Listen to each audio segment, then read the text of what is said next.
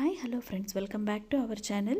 So ಇವತ್ತು ನಾನು ನಿಮ್ಮ ಜೊತೆ ಶೇರ್ ಮಾಡ್ಕೊಳ್ತಿರೋ ಒಂದು ಕಾನ್ಸೆಪ್ಟ್ 8ನೇ ತರಗತಿ ರೂಪಣಾತ್ಮಕ ಮೌಲ್ಯಮಾಪನ 2 2026-27 ಪ್ರಥಮ ಭಾಷೆ ಕನ್ನಡ. ಈ ಒಂದು ಕ್ವೆಶ್ಚನ್ ಪೇಪರನ್ನು ನಾನು ನಿಮ್ಮ ಜೊತೆ ಶೇರ್ ಮಾಡ್ಕೊಳ್ತಾ ಇದ್ದೀನಿ. ಸೊ ಇಲ್ಲಿ ನಾನು ಕ್ವೆಶ್ಚನ್ನ ಮೇಯ್ನನ್ನು ಮಾತ್ರ ನಾನು ಓದ್ತೇನೆ. ನೆಕ್ಸ್ಟ್ ನಿಮಗೆ ಈ ವಿಡಿಯೋ ಏನಾದರೂ ಬೇಕು ಅಂತ ಹೇಳಿದ್ರೆ ದಯವಿಟ್ಟು ನಮ್ಮ ಮೆಂಬರ್ ಆದರೆ ಸೊ ಈ ಒಂದು ಕ್ವೆಶ್ಚನ್ ಪೇಪರನ್ನು PDF ಅಥವಾ ಸ್ಕ್ರೀನ್ಶಾಟ್ ನಿಮ್ಮ ಜೊತೆ ನಾನು ಶೇರ್ ಮಾಡ್ಕೊಳ್ತೇನೆ. ಸೊ ನಮ್ಮ ಚಾನಲ್ನ ಕೆಳಗಡೆ ಇರುವಂಥ ಜಾಯಿನ್ ಬಟನನ್ನು ಕ್ಲಿಕ್ ಮಾಡಿ ನಮ್ಮ ಚಾನಲ್ಗೆ ಮೆಂಬರ್ಶಿಪ್ಪನ್ನು ಪಡ್ಕೊಳ್ಬೋದಾಗಿದೆ. So let start the video. So ಕೆಳಗಿನ ಪ್ರಶ್ನೆಗಳಿಗೆ ಅಥವಾ ಅಪೂರ್ಣ ಹೇಳಿಕೆಗಳಿಗೆ 4 ಆಯ್ಕೆಗಳನ್ನು ನೀಡಲಾಗಿದೆ. ಅವುಗಳಲ್ಲಿ ಸೂಕ್ತವಾದ ಉತ್ತರವನ್ನು ಆರಿಸಿ ಕ್ರಮಾಕ್ಷರದೊಂದಿಗೆ ಬರೆಯಿರಿ. ಮೊದಲೆರಡು ಪದಗಳಿಗಿರುವ ಸಂಬಂಧದಂತೆ ಮೂರನೆಯ ಪದಕ್ಕೆ ಸರಿಹೊಂದುವ ಸಂಬಂಧಿ ಪದವನ್ನು ಬರೆಯಿರಿ.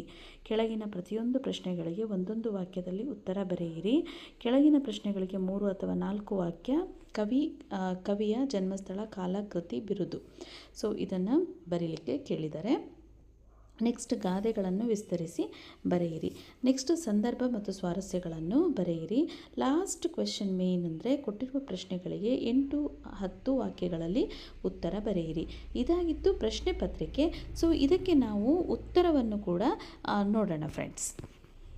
ಸೊ ಇಲ್ಲಿ ನಾನು ಉತ್ತರಗಳನ್ನು ಎಕ್ಸ್ಪ್ಲೇನ್ ಮಾಡ್ತಾ ಇಲ್ಲ, ಜಸ್ಟ್ ಹಾಗೆ ಸ್ಕ್ರೋಲ್ ಮಾಡ್ತಾ ಹೋಗ್ತೀನಿ. ನೀವು ಅದಕ್ಕೆ ಉತ್ತರಗಳನ್ನು ನೋಡ್ಕೊಳ್ಬೋದು.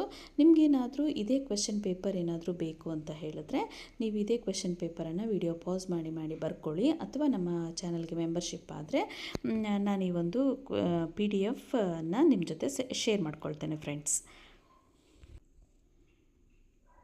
ಸೊ ಇಲ್ಲಿ ಗಾದೆಗಳನ್ನು ವಿಸ್ತರಿಸಿ ಬರೆಯಿರಿ. ಎರಡನ್ನೂ ಕೂಡ ಆನ್ಸರಲ್ಲಿ ಕೊಟ್ಟಿದ್ದಾರೆ, ಯಾವುದಾದ್ರೂ ಒಂದನ್ನು ಕಲಿತ್ರೆ ಆಯಿತು. ನೆಕ್ಸ್ಟ್ ಸಂದರ್ಭ ಸ್ವಾರಸ್ಯವನ್ನು ಬರೆಯಿರಿ. ಅದರ ಉತ್ತರ ಕೂಡ ಇದೆ, ಸಂದರ್ಭ ಸ್ವಾರಸ್ಯ. ನೆಕ್ಸ್ಟ್ ಬರುವಂಥ ಕ್ವೆಶ್ಚನ್ 8-10 ವಾಕ್ಯಗಳಲ್ಲಿ ಉತ್ತರ ಬರೆಯಿರಿ. ಓಕೆ, ಇದಿಷ್ಟು ಆನ್ಸರ್ ಆಗಿತ್ತು. ಸೊ ಈ ವಿಡಿಯೋ ನಿಮಗೆ ಇಷ್ಟ ಆಗಿದೆ ಅಂದ್ಕೊಳ್ತೀನಿ. ಇಷ್ಟ ಆಗಿದರೆ ಪ್ಲೀಸ್ ನಮ್ಮ ಚಾನಲನ್ನು ಸಬ್ಸ್ಕ್ರೈಬ್ ಆಗೋದನ್ನು ಮರಿಬೇಡಿ. ಹಾಗೆ ನಮ್ಮ ಚಾನಲ್ಗೆ ಜಾಯಿನ್ ಆಗಿ ಮೆಂಬರ್ಶಿಪ್ಪನ್ನು ಪಡ್ಕೊಳ್ಳಿ ಅಂತ ಹೇಳ್ತಾ ಈ ವಿಡಿಯೋನ ಎಂಡ್ ಮಾಡ್ತಾ ಇದ್ದೀನಿ friends. Thank you for watching. Take care. Bye.